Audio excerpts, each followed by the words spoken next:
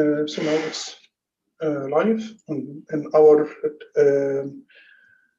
AI for Good YouTube channel. So please, Hammad, the screen is yours. Hello everyone. Today I will give an introductory presentation about the UX research, which is basically the user experiences research approaches. The motivation behind this presentation is that whenever we develop some software product, the main thing is the user needs and user requirements. Uh, Please, Hammad, can you share your screen?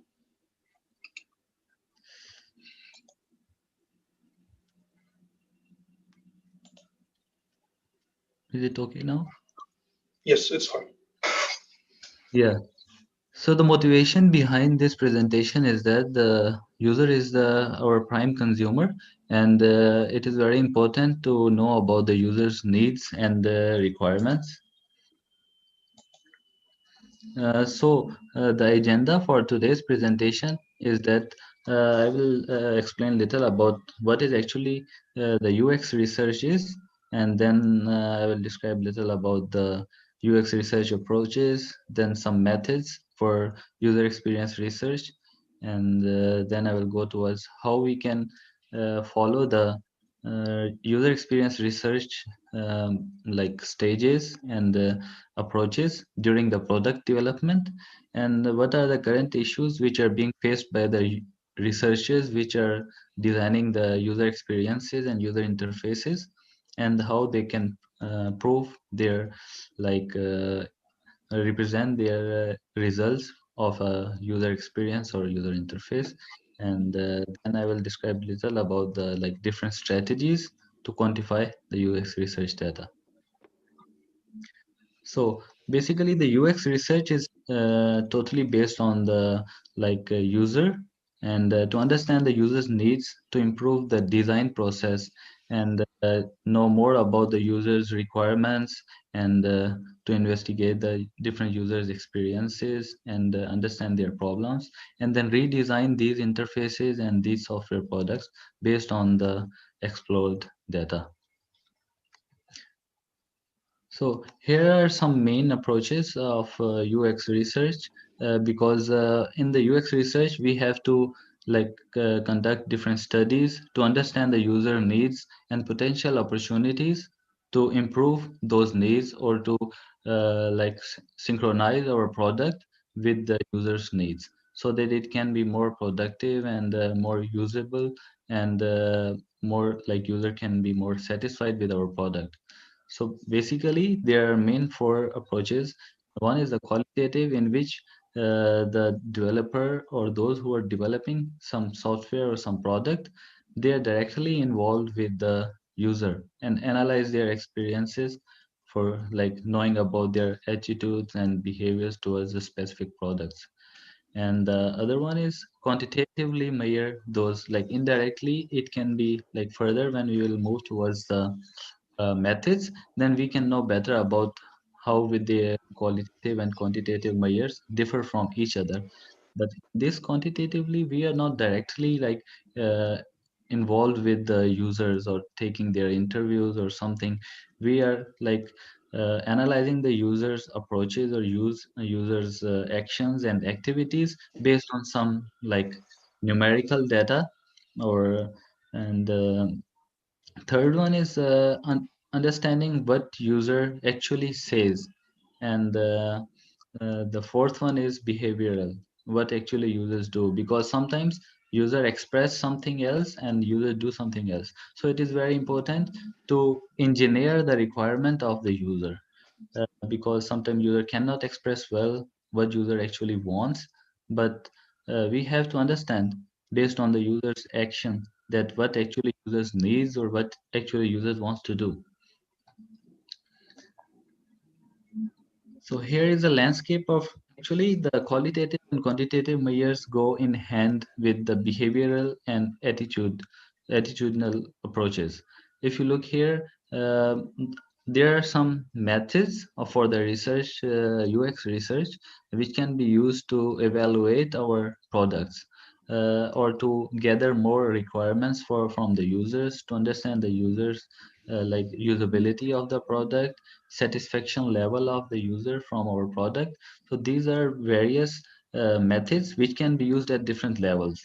Like if we look here at the qualitative and attitudinal, for example, we want to qualitatively measure the attitude of the user towards the product or a software. Then we can use like participatory designs. It can be like uh, how can I say, interacting directly with the user and designing some interface with users involvement. So it like directly involving with the user to design your interface or to design your software. And then here comes the card sorting. If you look here, then in this you like we can simply, for example, I have to upload a picture on my Facebook profile. So I have to do some certain tasks like choose the picture, then upload it, and then maybe like crop it or something. So in card sorting we mention some like tasks or the steps in the cards and let the user arrange those tasks in like order, so that we know what is the user's approach to complete a task, so that we can understand better how user wants to complete a specific task. So, and the later if you look into the interviews and focus groups, so these are kind of like direct interactions with the users to understand their needs and to understand what they want to express about how they want to do a certain task. And then if we move towards the like qualitatively move towards the behavioral. Actually, behavioral is mostly used at the later stages when we are actually testing the like our product, because here we examine how the user is actually performing some tasks. So in the behavioral and the qualitative, you can see there can be moderated usability studies. That moderated means while the user is performing the tasks, we actually monitor them and track their activities during the use of the software. And then we can go towards the ethnographic field studies means, for example, the software which is being used in one country, it can differ from the use in some other country. So it depends on the ethnography, how the software is being used. So in this kind of approaches or methods, what we need to do is we need to focus the like mental models of the different ethnographies. We need to understand different mental models and understand and adapt those ethnographic mental models into our user human computer interaction or like user experience design. Because if a task is being performed, then maybe based on my mental model, my experience can be different from someone else's experience for the same set of tasks. So it needs to be evolved and adapt based on the like mental models of particular ethnographic groups. And then it can be like moderated remote usability studies, like someone else is sharing the screen and remotely, like, but still in behavioral we are in direct contact with the user to understand their needs. It can be eye tracking. And if you move towards the quantitative and in the approach of quantitative, if we look at the attitudinal and behavioral, then there are different like methods like click stream analysis, like for example page views. If you want to analyze or evaluate your a web page or website, then we can see how many page views are we getting these days. And A/B testing means randomly and like designing the tasks and assigning to random groups so that there is no biasness between them. And intercept surveys and email surveys.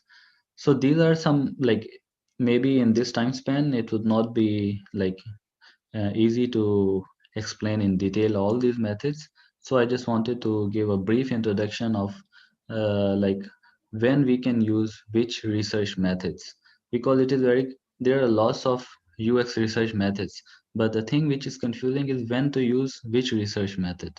So here the like landscape of like it can be an introductory landscape, it can be more detailed, but it is the basic overview of what type of tests or the US research methods we can use during like which phase. So in later on here we will see the while the product development, how we can follow the UX research stages basically and the UX research approaches.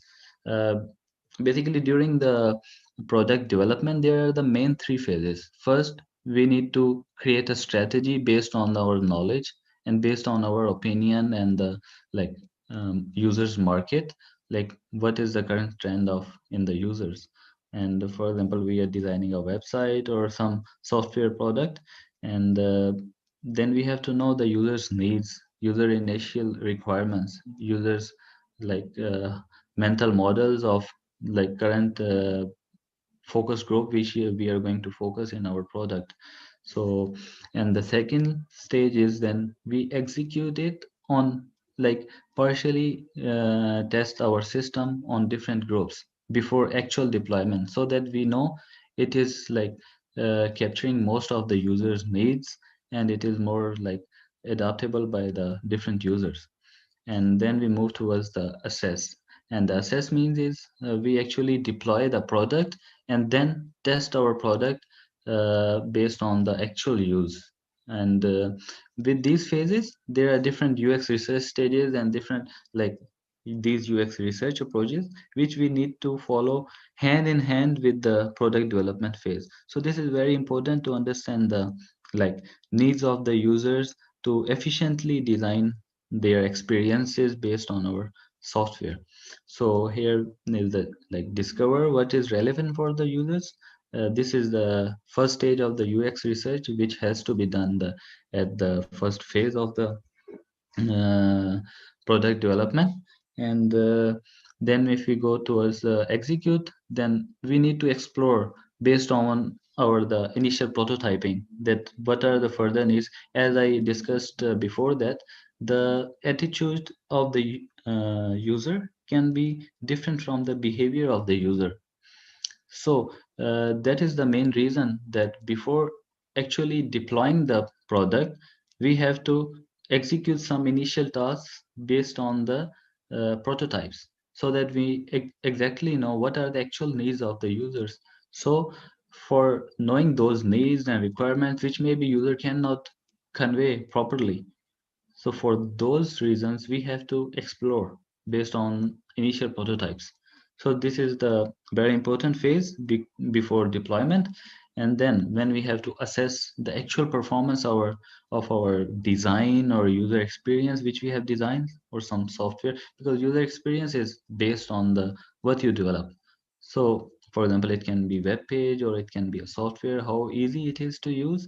So it can be the last stages of the UX research is not the last, it is iterative, means you keep testing and then discover, explore, then test, then explore. So these later two stages of the UX research go like iteratively. So we have to test and listen to the user further so that we can improve the or redesign the user experiences. So if we look at the on the right side of this, so these are the different approaches like we have discussed already.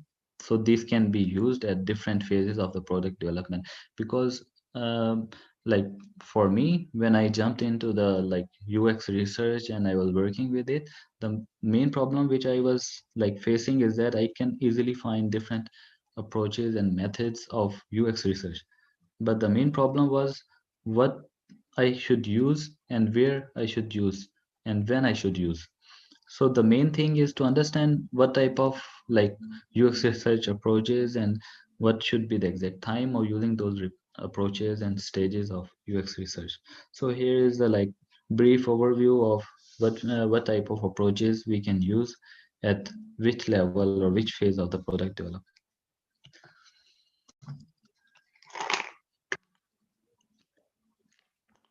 If we look into the current like approaches in the maybe like software industry, so the industries are using the like data driven approaches. If we look into the deep learning or like taking the different decision models, so everything is shifting towards the data driven approaches.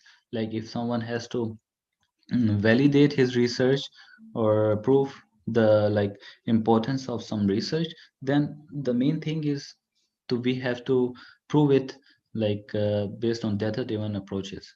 So quantitative tests are being more dominated and dominant as compared to the qualitative. So decisions are like being taken on the like loss of data, which thing is more important. So in later like slides I will discuss how these can be confusing. So the main issue is that quantitative tests are good in providing information about what, but we don't know, uh, like, we cannot understand why based on only data. So for this reason, and in the we can use the qualitative test to actually understand the user needs. Because, for example, if a user is there are a number of clicks on a web page, so we can understand the user is interacting more with the page based on the number of clicks, but we cannot know the actual uh, we cannot know the actual reason behind that. Maybe user is finding that interface more attractive or interactive, and user is enjoying that like uh, user interface, or maybe user is finding it difficult to find the actual information or the information which user wants to approach or access. So maybe it can be evaluated both ways. So the only data driven approaches cannot understand or cannot answer the questions in the UX research. So here we have to deal with both qualitative and quantitative testing to get the more useful information to efficiently design a user experience. So the potential solution for this is that it is essential for it is very important to take the qualitatively take the feedback of the user. And based on the current, if we look at the current trends, then we UX researchers, they have to prove their worth of their design or experience design based on the quantitative measures. So the solution is to this problem is quantify and interpret the UX research data. Like we everyone wants to know the figures and wants to know the numerical values. How this is these days numbers work more. So if you look at the deep learning, then accuracy and precision and recall, so different measures are there to quantify the our research. So the main solution which can be beneficial for UX researchers is how to quantify their UX research data. So here I will talk about some approaches to quantify the user tests or the quantify the UX research approaches. So here I will talk about the quantifying user testing feedback. For example, it can be survey or something. So how we can quantify and efficiently interpret that data to prove or show the importance of the research or the design or the effectiveness or efficiency of the design, and to evaluate or understand the needs of the user or the requirements of the users or the experience of the users based on some numbers. So for this kind of approach for quantifying the user feedback, it can be based on the, for example, we have designed maybe a software, and we have to test it. So there can be different metrics for it, like difficulty to use that software, and time required to complete different tasks in that, how what was the error rate or the success rate. So these can be different metrics for that. So main steps of quantifying user testing feedback is that first we need to plan a test. Plan a test means define the tasks which user has to perform with that software or with that product.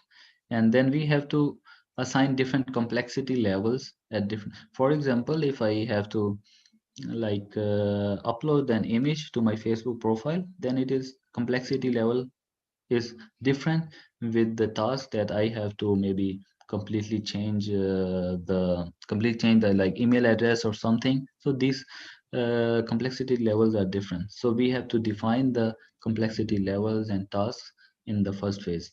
And the second stage is uh, we need to define the matrix, like I mentioned before, like how much time is being spent by a user on a task, and what was the success rate to complete that task, or it can be like how many errors were committed. And then the third phase is we need to prepare a way to, we need to decide actually this is how we are going to analyze our data in the form of tables, in the form of bar chart, in the like in the form of maybe uh, graphs or something. So uh, or maybe it can be like we need to use the probability or variance between the user, standard deviation between the like scores of different users. And so we have to decide at this level what type of ways we are going to use for analyzing our data. And the fourth one is the like just running the test to conduct those measures. And the final is how we can efficiently present those results to like to show the importance of the UX research. Because as I mentioned before, the problem which is being faced by the UX researchers is that how they can numerically or quantitatively prove the results of a UX design. So this approach is very helpful to deal with such kind of problems.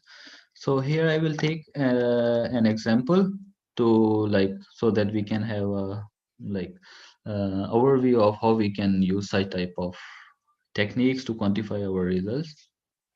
For example, this is a some like a set of tasks which a user needs to perform. So for the first, we have to plan a test. What are the tasks? And then we will define its complexity levels and different things. So complexity levels can be like, if you look here, how we can prepare way to quantify results. So here we can say that, for example, success score or difficulty score. So we decided like direct success, it can be indirect. So these are different metrics which we have to define at the second stage of this while quantifying the user testing feedback.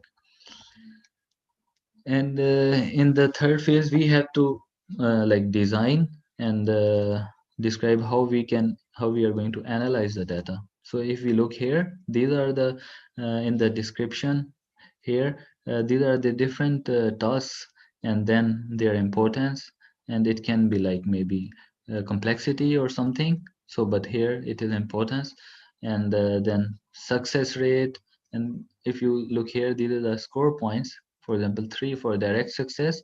And then in direct success means user was able to complete the task uh, f- at the first attempt. Indirect success maybe user failed and then was able to do the task, and failure user was unable to do the task.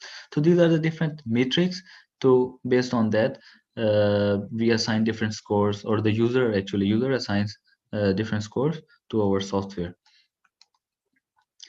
So after running the test, we need to present those results. So to quantify our the results, here are the different, like for example, if I, as I mentioned before, so these are the different scores, maybe success and the difficulty. So these are the different difficulty levels. Based on the each difficulty level, it has some score. And at each success rate, for example, direct success, indirect, and the failure, there are different scores.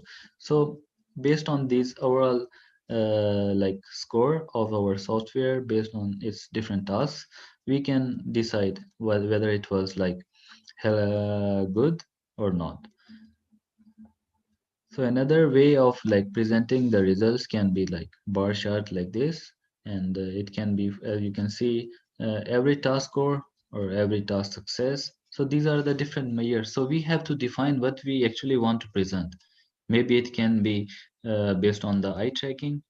We can show that the number of number of times the user interacted with a particular icon or particular visual information on a web page.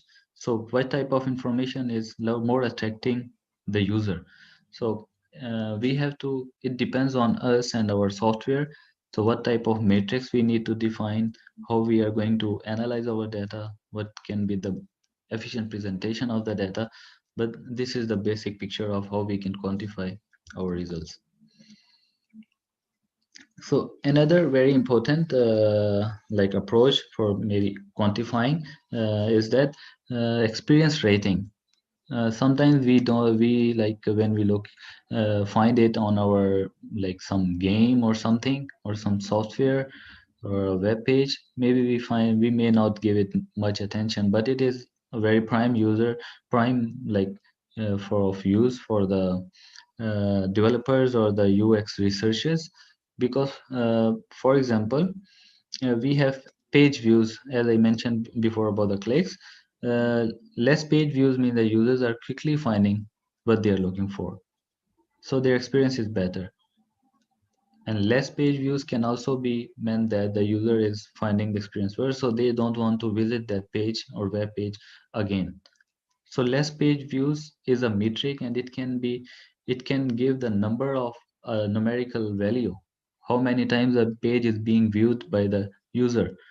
But as I mentioned before, the in the UX research, quantitative measures are not enough to like prove the importance or the need of the user. Here, the qualitative measure is also important. So the solution for such type of problems is that create a poll while the user is leaving that page. We can just ask them how would you rate. It can be the based on the rating. So for example, a less page views and the rating is high, so we can think that the our software is or our interface is working well. But if the rating is low and the page views are also less, then we can think of that there is some problem in our interface. So we have to redesign it. We have to go to the like early stage of the UX research, for example, explore, and then come up with a more efficient design. So these were the some techniques which can be used to like quantify our UX research or UX experience, how we can quantify the user experiences based on the like numerals, because it is the need of the like current research trends. So at last, I would like to describe a little about the current trends and technology, which is very like famous these days, is the computational interaction, use of artificial intelligence and user interfaces, and designing the user experiences. So these are also called as intelligent user interfaces. Here are some examples, like maybe auto completion of input fields, word recommendation. If we are making the presentation in the PowerPoint, PowerPoint efficiently suggests us the interactive designs and the more efficient design. So such kind of artificial intelligence technologies are being integrated into the user interfaces to make it more customized for the user based on the user's needs. Because maybe if I am finding something attractive, it may not be useful for someone else. So for making it more customized, the computational interaction, the concept of computational interaction and use of artificial intelligence in user interfaces is being incorporated. So next time, maybe I will try to come up with a good presentation on the computational interaction and some machine learning or AI models to like integrate in the UX designs and user interfaces. So this was the presentation for today. Thank you. And any question? Thank you very much, Hammad. That was very, very interesting. Thank you. Yes. Any questions from our audience? I have a question. Yes.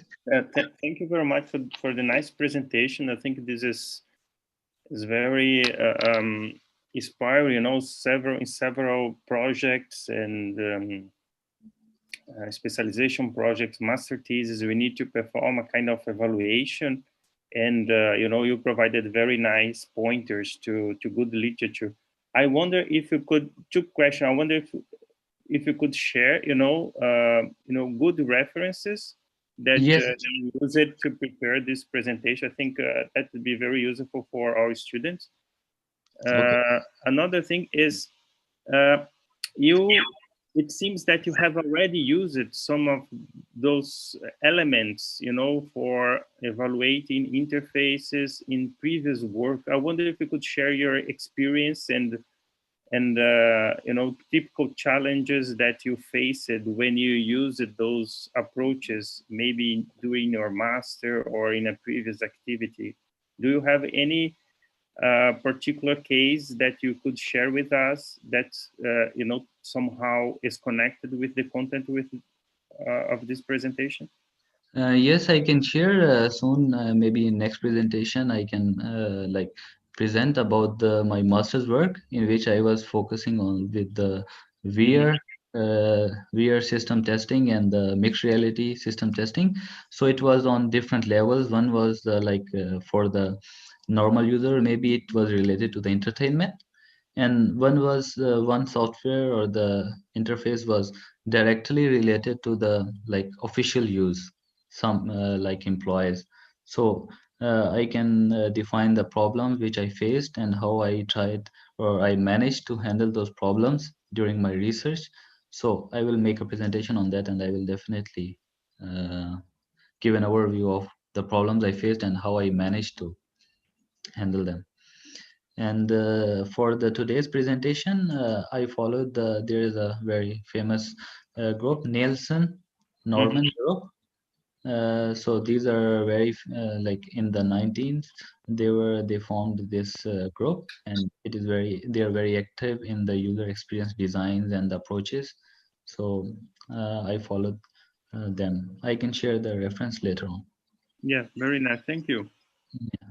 Thank you so much. And I guess also, Ricardo, in the simulation and visualization, maybe we need to have maybe a course in user experience design, and because this is something very, very important. If we are building systems and developing software and hardware for Mhm. different types of users, we need to have this kind of education, in fact, in our study programs. I completely agree with you, Ibrahim. This is a topic which is missing. Hmm.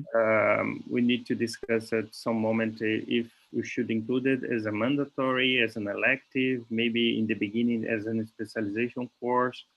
Hmm. Uh, but at least definitely we could try to somehow create an opportunity for Hammad to contribute to strengthen to strengthen this area in our program. I Yeah. agree with you.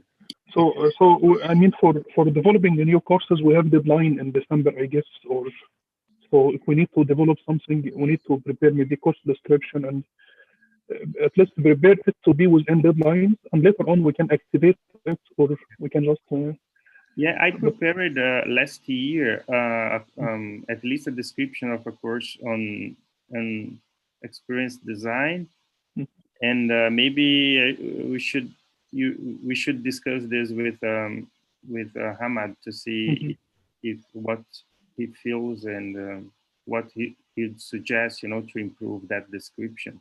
Yeah, because also, yeah, okay, yeah, yes. Any other questions, uh, Saleh? Doctor, any other questions, Mohammed? Well, that's nice. As Ricardo said, it's nice if he's adding some references, then he can go through them as well. Mhm. It would be nice when Hamad share a reference or a book, for example.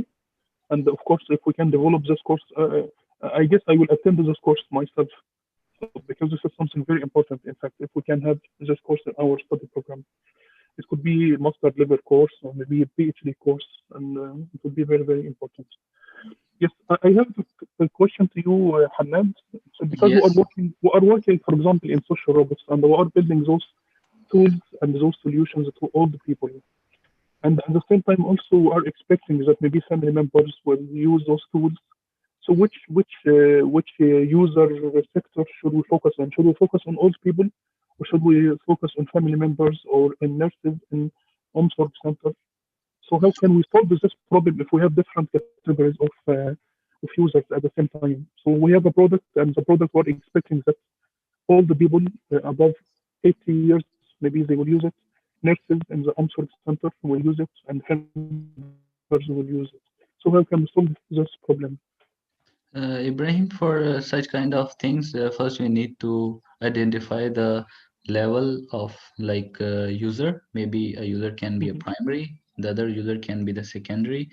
For example, Mhm. right now, if I am working on the assistive robot, so here the primary user would be the a nurse. So we have to identify what is the role of the user, and based on that, we have to dig down which approaches can be better for which user. Mhm. So, for example, if we look at the nurses, so we can ask them about the survey and ask them to fill in some questionnaire. But when we deal with the elderly, we cannot ask them. We need to interview them. So, Mhm. survey which can be done with the health officials or health workers, which cannot be exactly done with the patients which are sitting in the elder care. Mhm. So we have to deal accordingly what type of users we are dealing with. We can interview them, like interactively ask them some questions in our interview, but we cannot ask them to fill a survey or a questionnaire. Mhm. Yeah. As you know, Hammad, also in Norway, for example, they use a tool called Comp and the Comp Pro, and it's interactive technology. It's communication tool between family members and the patients. And they were very smart, in fact, in designing it because they know that, I mean, the touch screens, they used specific type of touch screens which can interact with dry finger tips, which is suitable for old people. So I agree with you. This is very important, and we need to classify our users, and we need to, I mean, involve them from early stage of the process. Yes, Ibrahim. And there is one very important course which I took during my bachelor's is the requirement engineering. Mhm. Uh, Before developing anything, I guess it is very important to know the exact requirement. So maybe I can prepare an outline for the requirement engineering course. Maybe it can be very useful for the students because knowing the exact requirement is very important. Mhm. Until unless we don't know the requirement, it is like not useful to develop anything. So in fact, even for our computer science students, they are building software. So I guess also this course is very important at the bachelor level. I mean, user experience design in the bachelor. It's not only in the master level, in fact, but also it should be given in the bachelor level. Yeah. Mhm. Yeah. Today I just tried to mention the important like pointers or bullets about the UX design research. So each point it can be like an individual presentation. So it's a Yeah. very Mhm. detailed, or if we want to like design a course over it, I can definitely contribute it in it, and I will come up with like more specific details. Yeah. Yes. Any other questions from?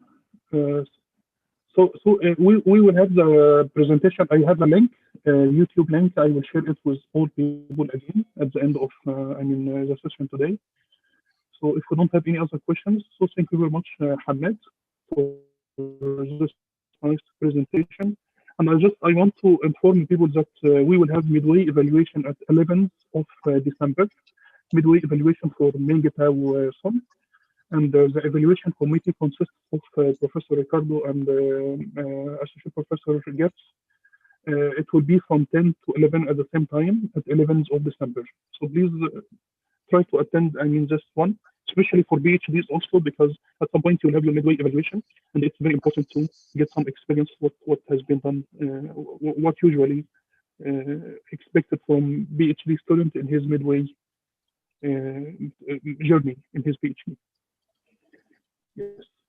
So thank you very much for everyone for joining us today. And any other questions or any other feedback from? Okay. So in this case, thank you very much, and we will meet again at 11th of December in the midway evaluation of Mingit 1000. Thank you very much for everyone. Bye bye. Bye bye. Bye bye. Bye bye.